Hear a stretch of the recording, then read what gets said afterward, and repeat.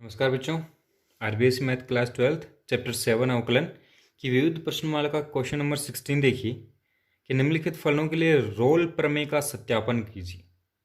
दो फंक्शन आपको गिवन है। ए में है F x is equal to x minus two root X, X belongs to 0 2 closed interval. तो देखिए पहले है इसमें F x is equal to x minus two root X. आपको पता है कि F X x belongs to 0 2 के लिए परिभाषित है तथा प्रत्येक x belongs to 0 2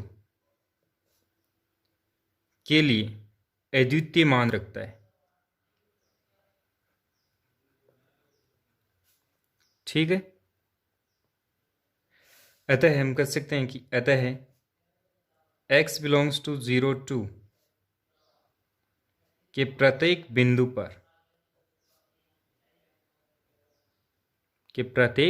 बिंदु पर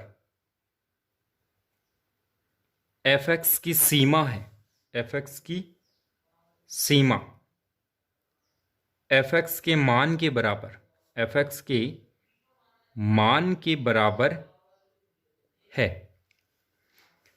अतः एफ एक्स अंतराल 0 2 में कैसा होगा? सतत है, इस अंतराल में सतत है। अब एफ एक्स जो आपको गिवन है कि F x is equal to x minus two root X, तो इसका एफ डैश एक्स आप निकालोगे तो एफ डैश एक्स क्या आएगा? एफ डैश एक्स आएगा, देखिए root X plus x minus two by two root X, यह आ गया। इसको जब सिंपल करेंगे तो ये आएगा 3x minus two upon two root X. Therefore आप लिख सकते हो कि एफ डैश एक्स प्रत्येक x बिलोंग्स टू 0 2 के लिए परिभाषित है।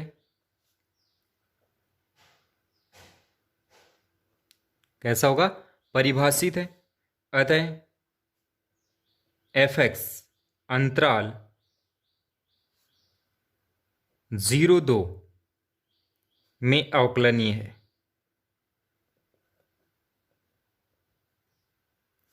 तो पुनः हम क्या निकाल सकते हैं इसका? पुनः f0 is equal to f2 is equal to क्या आएगा? 0 आएगा। इस प्रकार रोल प्रमेय के जो सभी इसकी कंडीशंस होती हैं वो इसमें सेटिस्फाई हो रही हैं। तो इस प्रकार हम बोल सकते हैं कि इस प्रकार रोल प्रमेय के सभी प्रतिबंध संतुष्ट होते हैं। क्या हो रहे हैं? संतुष्ट हो रहे हैं। और जब संतुष्ट हो रहे हैं तो f dash x is equal to क्या आता है? 0। क्लियर है? एफ डैश एक्स क्या आएगा? 0 आएगा। तो एफ डैश एक्स की वैल्यू है 3x minus two upon two root x is, ये किसके इक्वल होगा? 0 के। इसका जब क्रॉस मल्टीप्लाई करेंगे तो 3x minus two equal to क्या आएगा? 0। और यहां से x की वैल्यू क्या आएगी? x इक्वल टू है 2/3। और ये किससे बिलोंग कर रहा है? अंतराल 0 2 में बिलोंग कर रहा है। तो इस प्रकार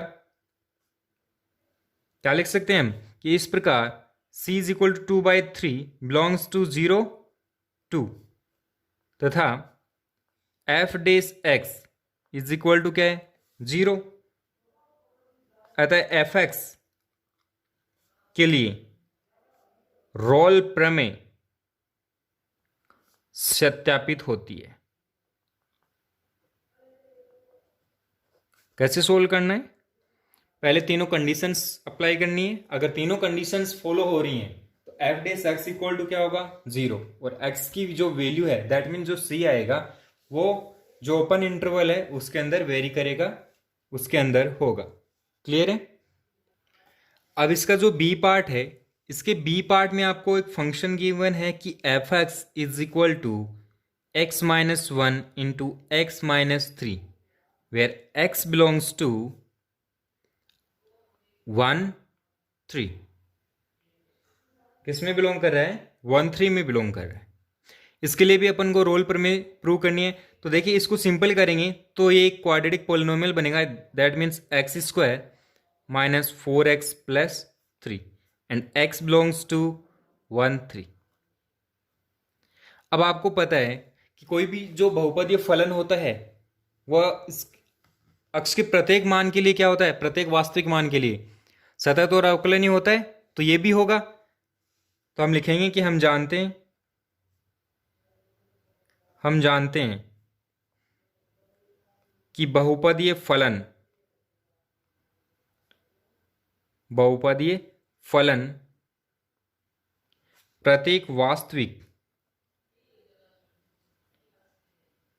प्रत्येक वास्तविक संख्या के लिए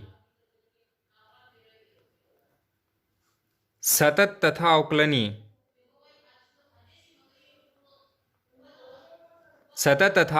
अवकलनीय होता है। अतः fx अंतराल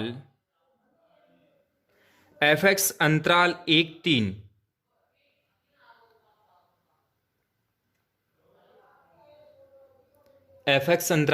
3 में सतत है तथा अंतराल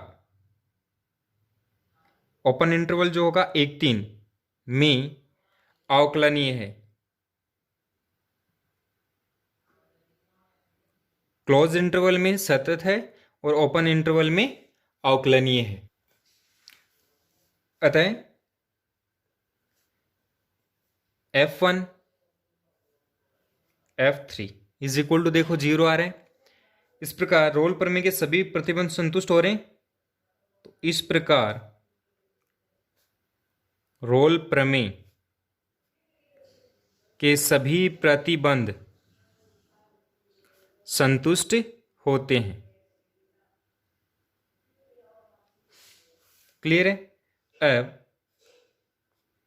fx इज इक्वल टू है x square minus 4x plus 3।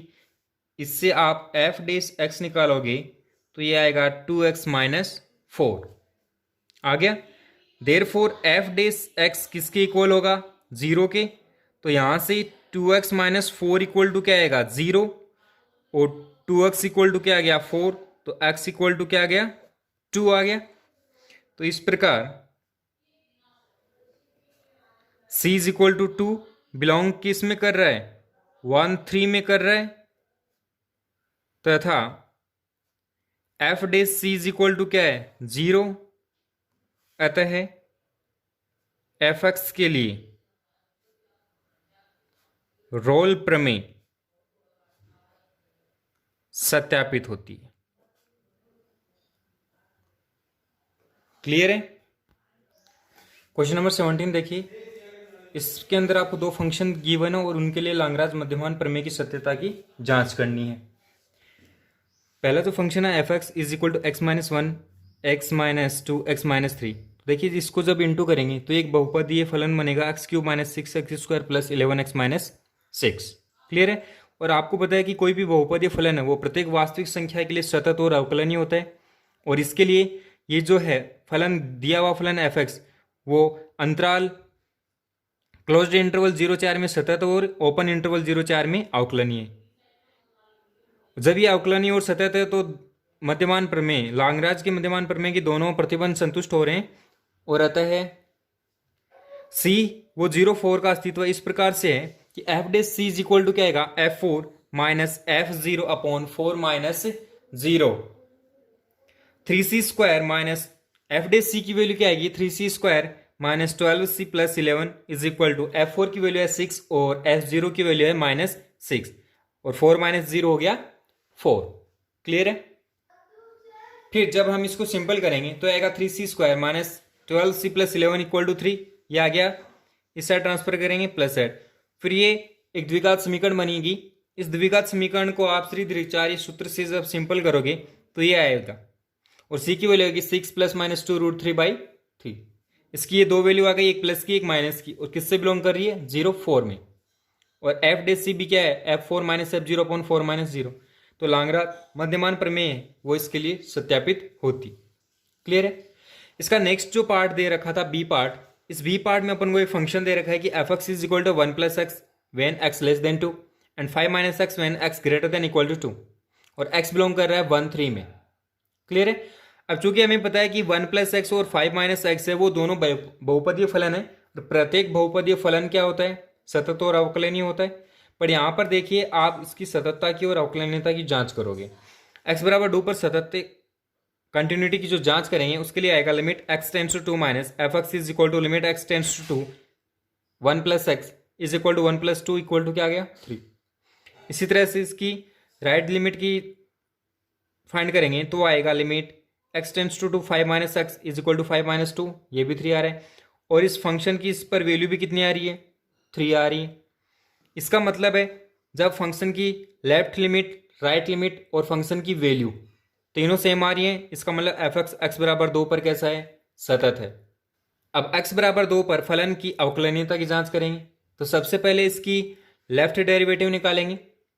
ठीक है, तो ये आएगा L f dash 2 is equal to limit x tends to 2 f x minus f 2 upon x minus 2, तो ये आ गया 1 plus x minus 3 upon x minus 2।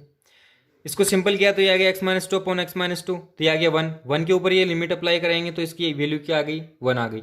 इसी तरह से इसकी राइट डेरिवेटिव फाइंड करेंगे तो आर एफ डेज 2 है is equal to limit x tends to 2 plus f x minus f 2 upon x minus 2। इसके लिए आप देखिए कि limit x tends to 2 5 minus x minus 3 upon x minus 2, ये value है 2 माइनस एक्स। जैसे ही यहाँ पे एक्स इक्वल टू 2 पुट करोगे तो ये क्या आएगा, देखो एक्स इक्वल टू जैसे ही 2 पुट करेंगे तो 2 माइनस 2 जीरो, और यहाँ पे भी 2 माइनस 2 क्या होगा, 0 होगा। तो ये क्या आ गया, 0/0 n निर्धारी रूप आ गया है। That means R F dash 2 का अस्तित्व नहीं है, n निर्धारी है, इसका मतलब अस्तित्व नहीं है। और जब आर एफ इसका अस्तित्व नहीं है, इसका मतलब है कि एफ एक्स एक्स बराबर 2 पर कैसा है, अवकलनीय नहीं है। जब ये अवकलनीय नहीं है तो लाग्रांज मध्यमान प्रमेय की जो दूसरी शर्त है अवकलनीय होने की वो संतुष्ट नहीं होती, और जब शर्त ही संतुष्ट नहीं हो रही है तो दिए गए इस फलन के ऊपर लाग्रांज मध्यमान प्रमेय लागू नहीं होगी। Okay, thanks for watching.